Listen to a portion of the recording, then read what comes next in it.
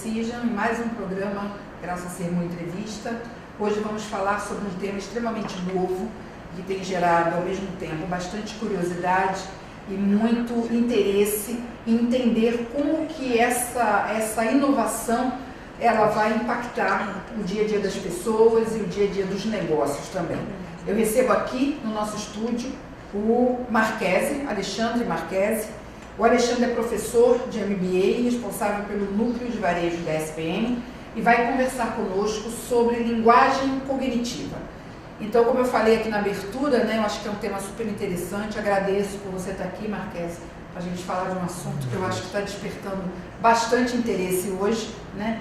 E como a gente vai falar um pouquinho e até aproveitar a sua experiência, né, em relação ao trabalho que você desenvolve na SPM de varejo, a gente vai começar exatamente juntando a linguagem cognitiva com o maior desafio hoje que o varejo tem, de vender mais, mas de principalmente entender um pouco melhor esse consumidor, que muitas vezes ao longo do dia se transforma, na semana é um, no final de semana é outro. Então já virou um mantra do varejo, né? Entender e atender a jornada do consumidor. O que a linguagem, na sua opinião, a linguagem cognitiva, ela vai trazer de diferencial para facilitar aí, o dia a dia do varejo nesse sentido? A linguagem cognitiva hoje, ela parte muito da origem de dados. Parte muito de você entender, não simplesmente quem é aquela pessoa, a classe social, a vida onde ela mora, mas sim qual o momento que ela está vivendo. Como você falou muito bem, Graça, os ciclos do dia, dos dias ou da semana, ele tem comportamentos diferentes. Saber exatamente qual é aquele comportamento que a gente chama de predisposição, né? Em que momento que ele está, é vital para um novo varejo. Se a gente falava muito no passado em entender o comportamento das pessoas e classificava essa pessoa como sempre o arquiteto, o executivo ou o estudante, isso se transformou. A mesma pessoa tem essas três características. E saber exatamente qual é o momento, a linguagem cognitiva vai fazer com que essa pessoa converse com a marca dentro do varejo, no ambiente de varejo físico, varejo online. Ela consegue interpretar e trazer insights para o varejo e retroalimentar e estimular essa pessoa, sabendo o momento exato, qual produto oferecer, qual a vantagem, qual o benefício que ele tem que ter. Ouvindo você falar, parece assim, né, o melhor dos mundos. Mas eu acredito, mas eu acredito que tem um caminho aí para se percorrer. Na tua opinião, qual é o maior desafio quando a gente olha, por exemplo, né, a princípio, pelo que você falou, seria aplicável, acho que qualquer varejo hoje, falei, opa, é isso que eu preciso, como é que eu faço? Como é que eu começo? Como é que eu começo? Mas tem um caminho aí um pouquinho difícil a ser percorrido, sim. Não tem marca. Como você falou muito bem, a linguagem parece muito soft, né? Ele tem um caminho a seguir. Primeiro caminho que é entender quais são os seus canais do seu varejo que podem trazer dados para um único local, um único banco de dados.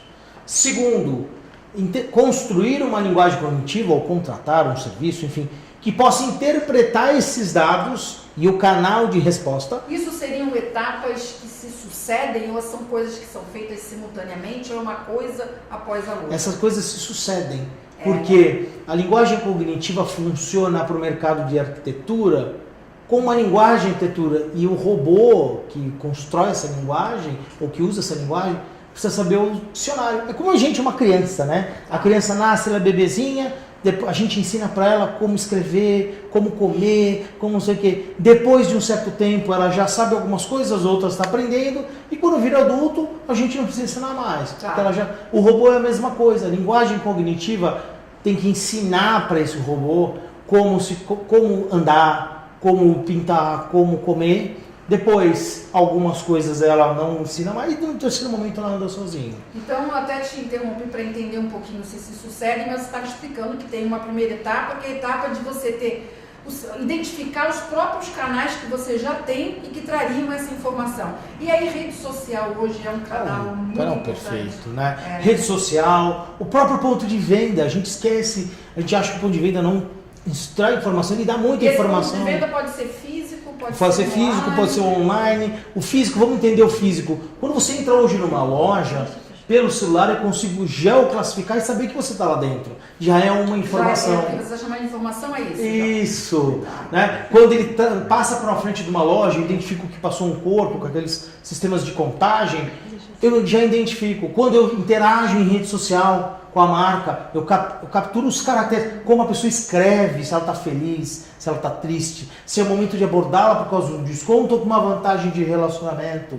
se ela quer realmente comprar aquela tinta para pintar a parede ou ela quer só se livrar do problema e pôr um papel, ou não sei, né? Quer dizer... Então, nessa primeira etapa, talvez o maior desafio seja, ele talvez nem saiba que ele tem tanta informação, que ele já tem tanto conhecimento. Sim. E que só com essa base de conhecimento ele já tem aí já uma consegue primeira fazer... etapa cumprida, né? Essa primeira etapa, ela é tão rica que você consegue descobrir coisas que você, de uma forma bem simples, eu estou falando assim, ações que dão resultado em 7, 14 dias, você entende uma base de dados, entende uma informação de uma loja física, já pode mandar uma mensagem para essa pessoa naquele exato momento e dizer...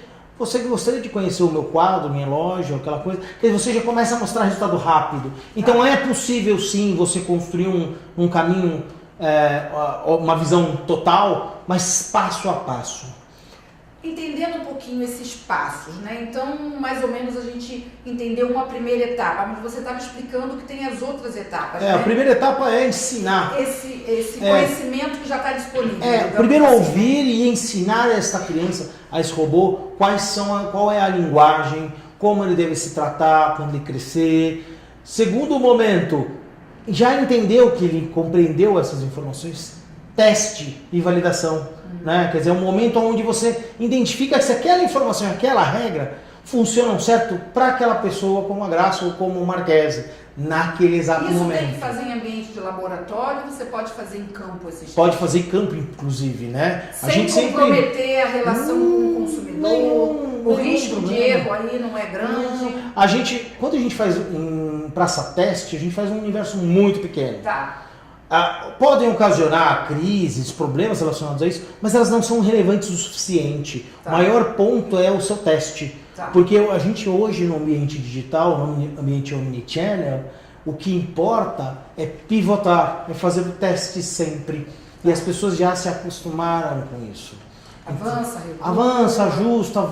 Depois dessa segunda etapa tem uma terceira etapa. Tá. E aí sim é usar esta criança para conversar no call center. Começa a colocar ela... Deixa ela dar. Tá entrando já na adolescência. Voa. Fazendo uma analogia, né? De certa forma é um pouco isso, né? Mesmo. Você começou com essa coisa da criança. Isso mesmo. Então imagino que ela já tem um conhecimento suficiente, então já dá para... Né, monta sua casa, para os 18 anos, vai embora, voa. Usa esse robô para se relacionar no call center, usa esse robô, essa linguagem cognitiva para analisar dados aqui dentro e gerar estímulo através de e-mail, SMS, call center, dar informação para o vendedor no ponto de venda para dizer, o Marquese entrou na loja, aborde ele e oferece uma cueca que ele buscou ontem cueca, e ele tem a propensão a comprar, quer dizer, esse é o processo da linguagem cognitiva. Isso é um dos benefícios da linguagem cognitiva.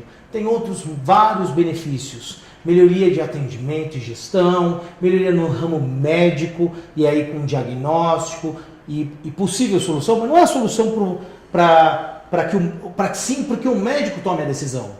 Porque o ser que vai ter uma conclusão geral da pessoa, e não somente estatística, é um ser humano. E esse ser humano com informação tem uma melhor recomendação médica.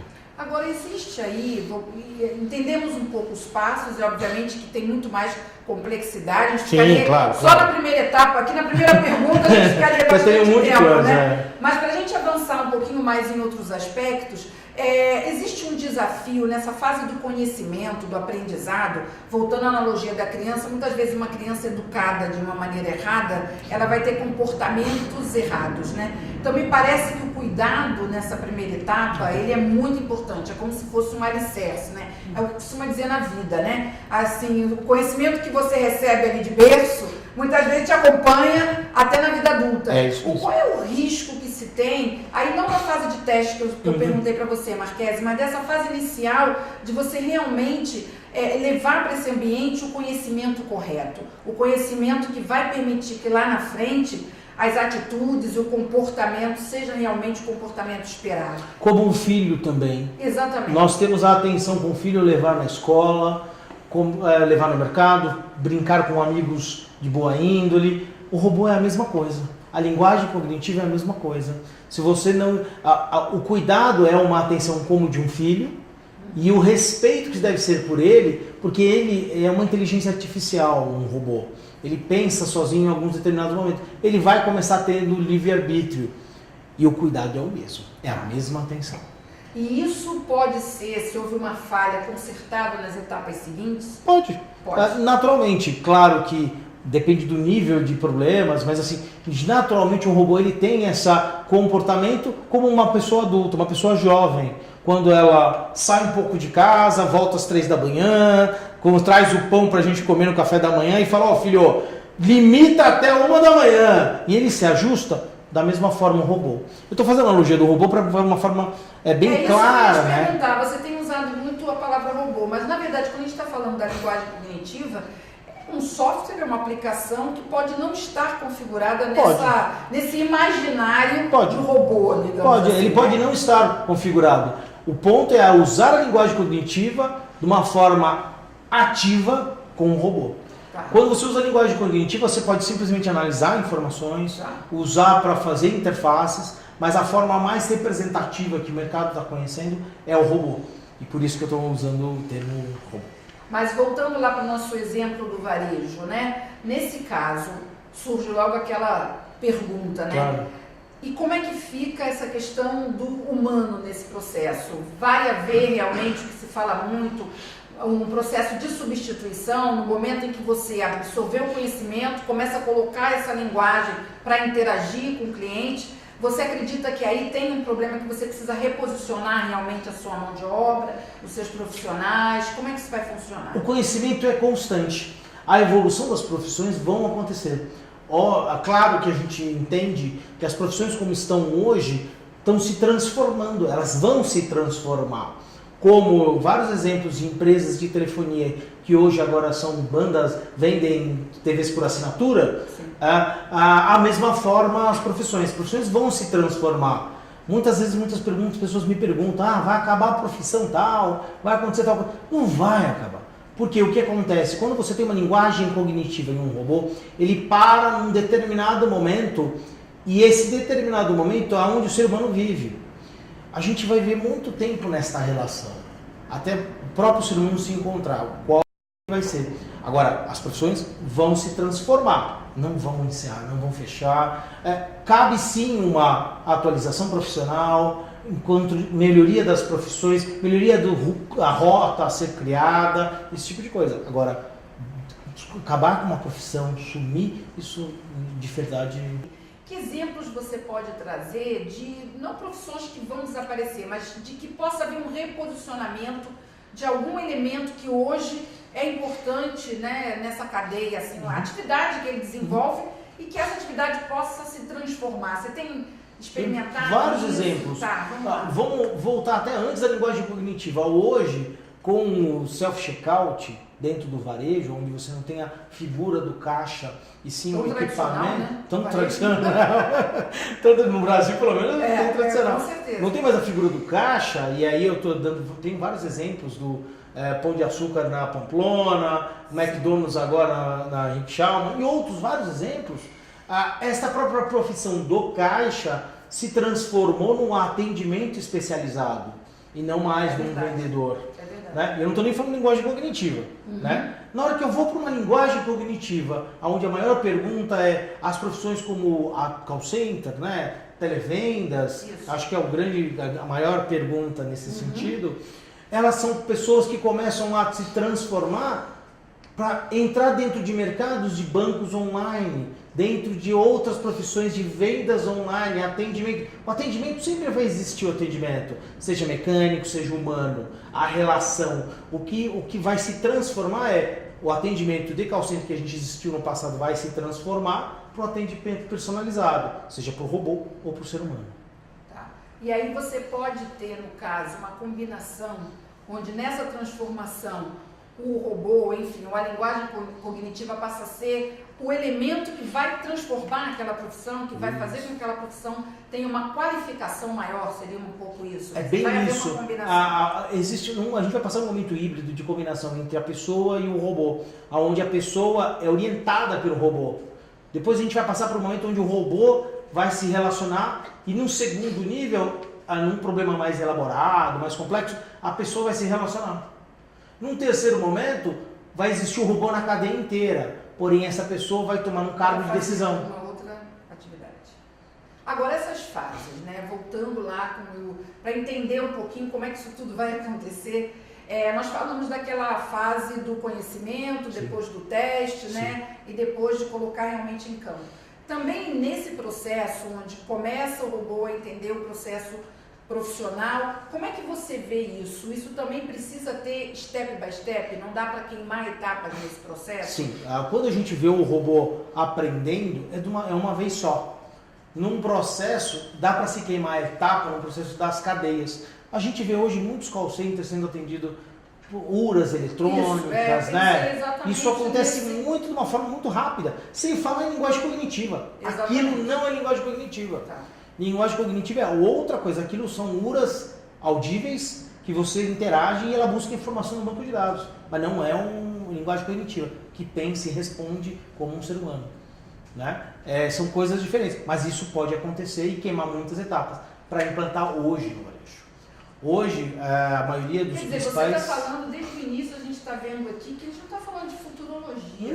Não, estamos falando de prática, praxis, de varejo. Quer dizer, a linguagem cognitiva, na sua opinião, é algo que logo a gente vai estar vendo exemplos aí aplicados no dia a dia do varejo. Sim, e eu vejo vários produtos de linguagem cognitiva que o produto como um todo, um robô ou o termo, ou o que for, ele num primeiro momento, a linguagem cognitiva serve para análise, então análise de índices financeiros, análise de tomada de decisão, se você vai investir na poupança ou na previdência. Isso vai acontecer no teu home banking. Tá. Isso ele vai saber que é linguagem cognitiva. Quer dizer, até para o cliente vai ser transparente. Vai ser transparente. Mas já tem elementos ali. Já existem elementos suficientes para isso. Tá. Claro que a gente, como a gente comentou muito bem, né? É uma criança que nasce, tem que ensinar, vira um jovem, tem que corrigir, e quando é adulto, tem que pôr para rodar.